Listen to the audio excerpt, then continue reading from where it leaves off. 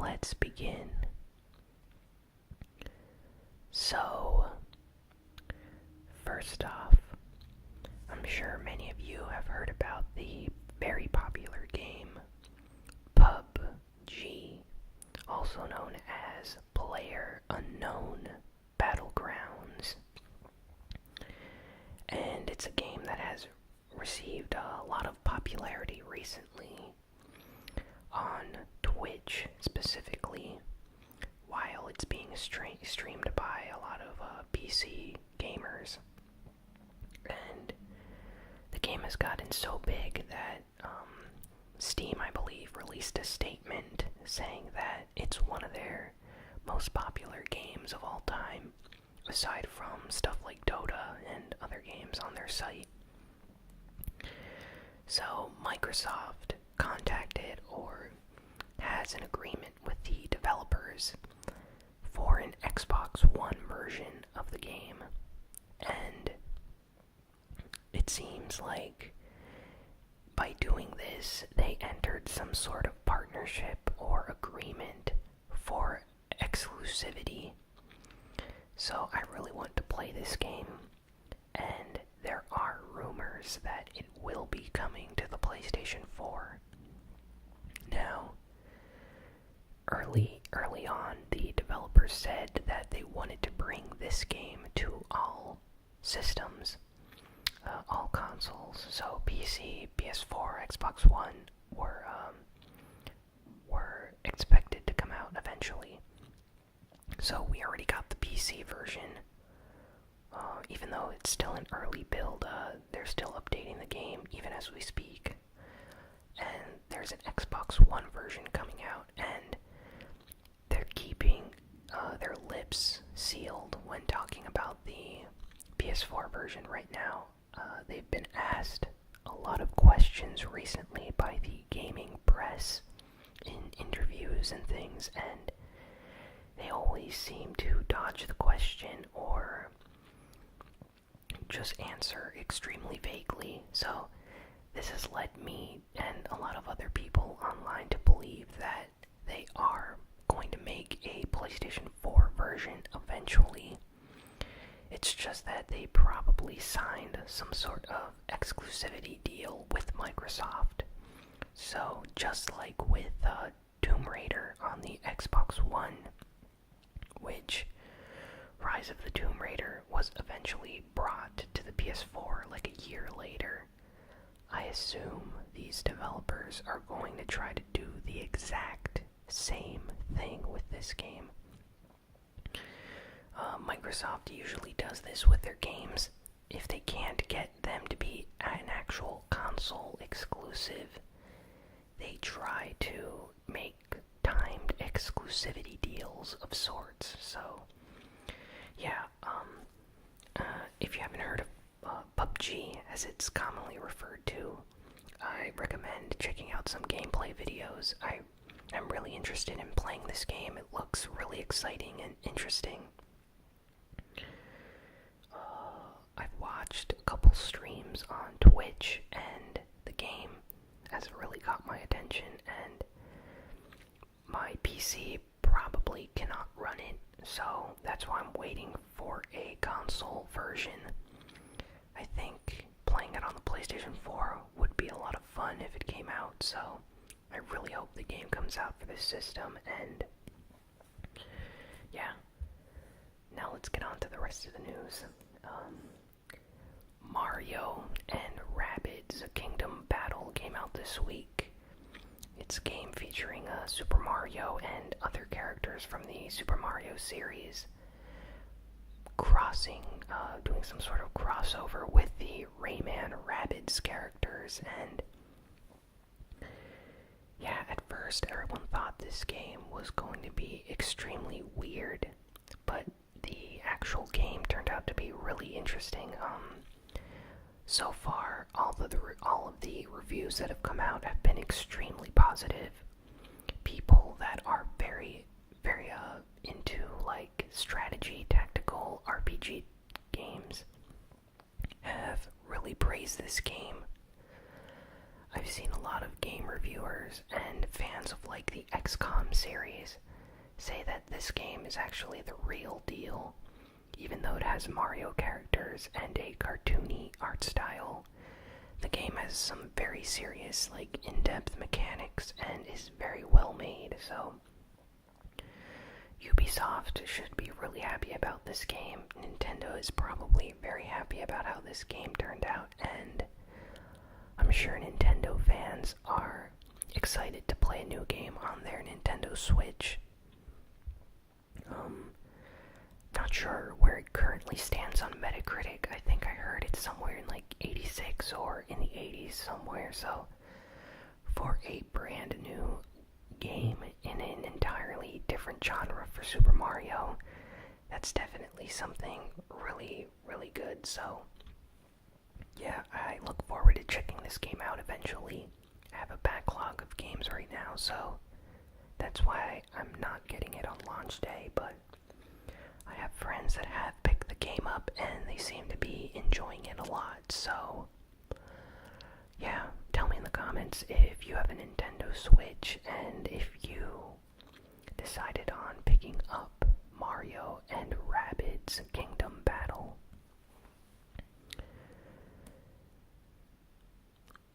So, we have some sad news this week.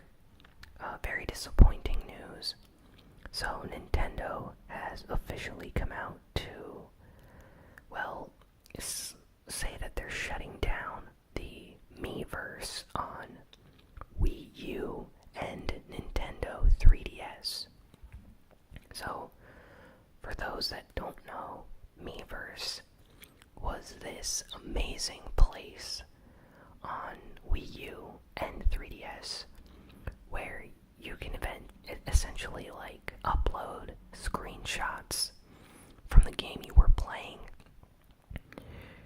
You can write like text or post drawings and just communicate with other fans of Nintendo systems on there, and it was a really nice place because unlike other social media websites, like many social media websites, like Twitter or Facebook, don't really allow you to find people with your exact same interests for the most part, since they're very big platforms. But Miiverse, to use it, you had to own a Nintendo system, so everyone that posted on there had a Nintendo 3DS or a Wii U, so it was a really nice way to find other Nintendo fans and just interact with them. And yeah, I really enjoyed my time on there. They incorporated a lot of Miiverse elements into various games like Super Smash Bros., Splatoon, and Super Mario Maker, just to name a few. And Miiverse is going to end officially on November 8th. So as of November 8th, you will no longer be able to access it or post or do anything on there. So if you have a game like Super Smash Bros., has like a special stage on there where you can interact with Miiverse, well, that will no longer work.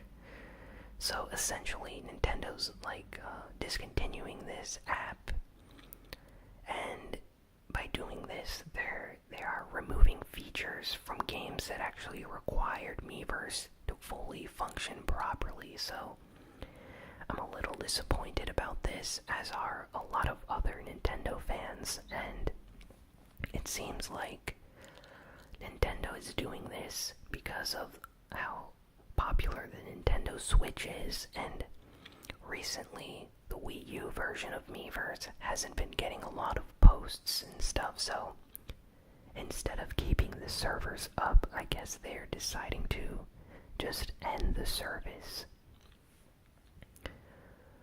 One thing that I'm really going to miss, though, is it's one of the only ways you could message your friends on Nintendo systems, or at least on the Wii U. So with that gone, you're not going to be able to message message friends on that system anymore, which is extremely disappointing. So, yeah. I really hope that Nintendo maybe brings Miiverse to the Nintendo Switch eventually, because I really hate to see it die like this. And I'm just disappointed. That's all I can say. I think that Nintendo should have at least tried to keep it up for another year or two. Since, 2017, just a few months ago, Zelda Breath of the Wild came out, and people are still enjoying posting screenshots from that game on Miiverse. So I think that Nintendo should have waited at least another year. It seems like they really abandoned their old systems and just discontinue all the services and stuff on them as fast as possible. I remember on the Nintendo Wii, they had the specific channels on there, like the music channel, the news channel and stuff like that. And as soon as the Wii U came out, they just completely ended all the Wii channels, just like that, right before the system launched. So Nintendo is very quick to abandon their old systems when their new system comes out. So yeah, I think they should have kept it another year. So enough about that. That's a pretty long ramble. So FIFA 18 has been getting a lot of new trailers recently, and EA Games has been really trying to advertise this game, and apparently the Nintendo Switch version is going to run at 60 FPS, both in docked mode and in handheld mode. So it doesn't matter how you're going to play it on the Nintendo Switch, it will always run at 60 FPS.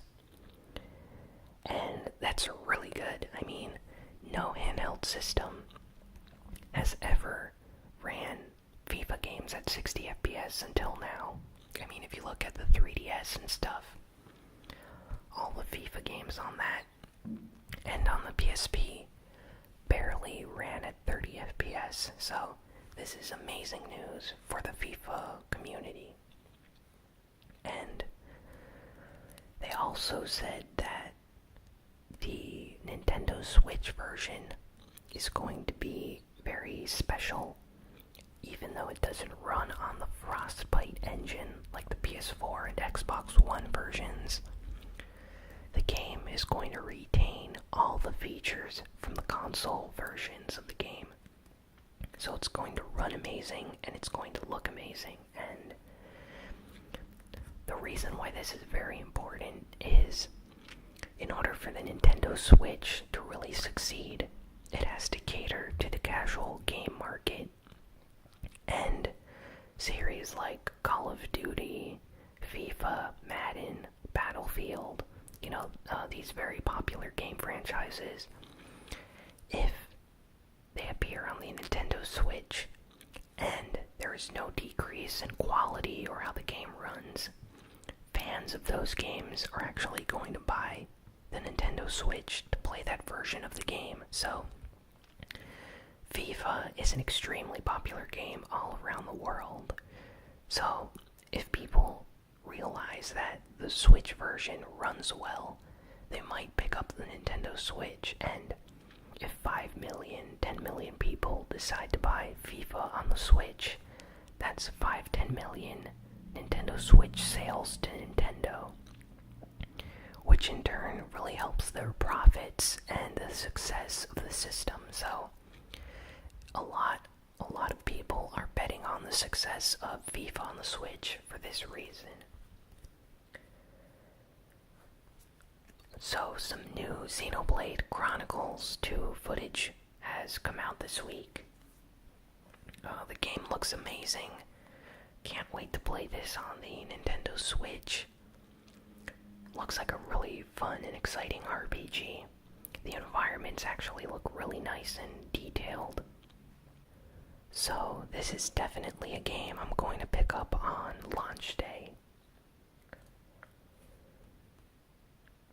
So Nintendo had a special Nintendo Indie Showcase live stream just a few days ago, and they revealed a bunch of new trailers for upcoming games.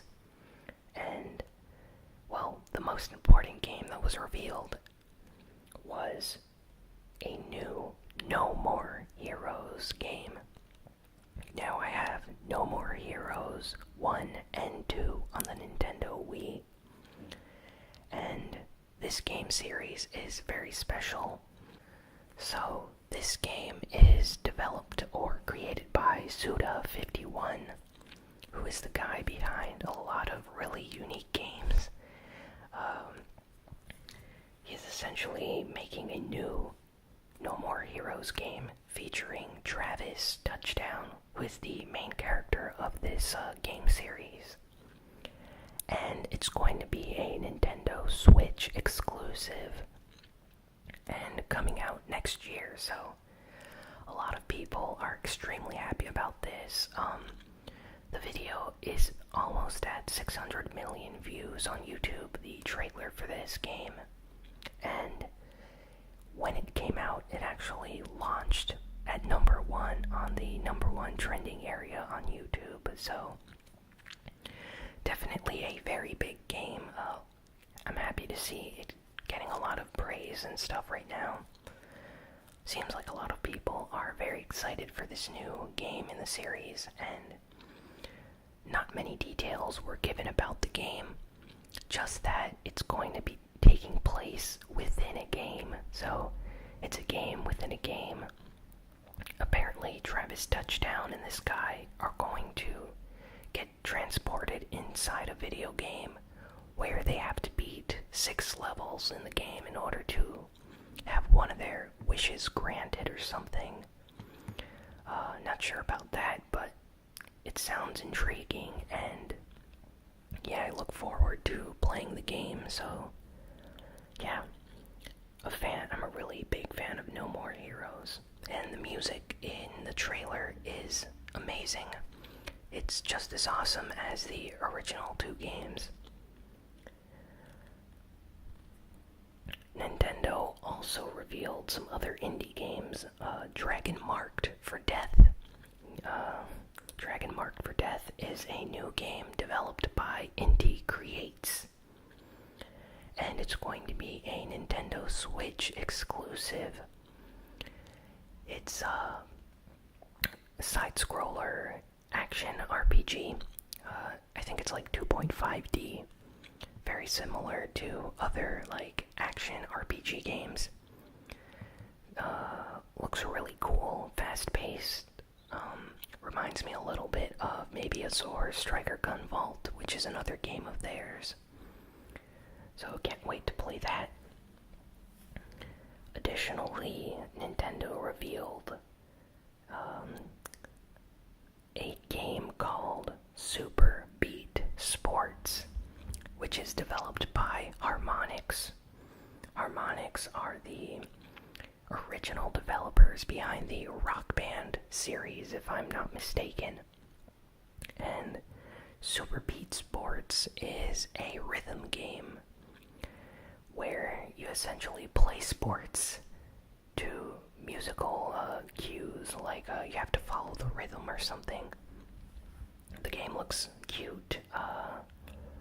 It actually looks interesting, so I might check that one out as well. And another good game that they showed was Lost Sphere, and Lost Sphere is the Tokyo RPG Factory game being published by Square Enix. They released a new gameplay trailer for this, and it looks really nice. It even shows off some special things that we didn't know were in the game until now. Apparently, just like Final Fantasy VI, you're going to be able to ride on mechs or something like mechs. The game seems to follow a very classic style RPG feel to it, so yeah, really interested in that. And yeah, that's just about all the big games that were shown off at the Nintendo Indie Showcase live stream. They have a few more games that were shown off, but these are probably the biggest ones. And now for some PlayStation 4 or Sony news. So, Ys 8, the 8th game in the Ys series, is coming out very soon, but a lot of game reviewers and fans have already received their copy of the game. There is also a demo out on PlayStation Network. The game is out in demo form, so you can try it out before you buy it, which I highly urge everyone to try out the demo. It's a fantastic action RPG. I actually played the Japanese version of the demo like a year ago or something when it came out for the channel. You can actually find that here on the channel if you look for it. But if you don't want to watch me play it, you can download it on PSN. And yeah, it looks really nice. The game is coming out on PlayStation 4, PlayStation Vita, and it has exclusive content not featured in the original version of Ys 8. So that's really nice. And yeah, a lot of positive reviews so far. A lot of people are praising the combat system, how fluid the combat feels, and some are saying this is one of the best Ys games in a while, so I really liked Ys 7, so I can't wait to play this game when it comes out soon. And Sonic. Okay, so Sega revealed pre-order bonuses for Sonic Forces, the upcoming Sonic game, coming to Xbox One, PS4, and Nintendo Switch.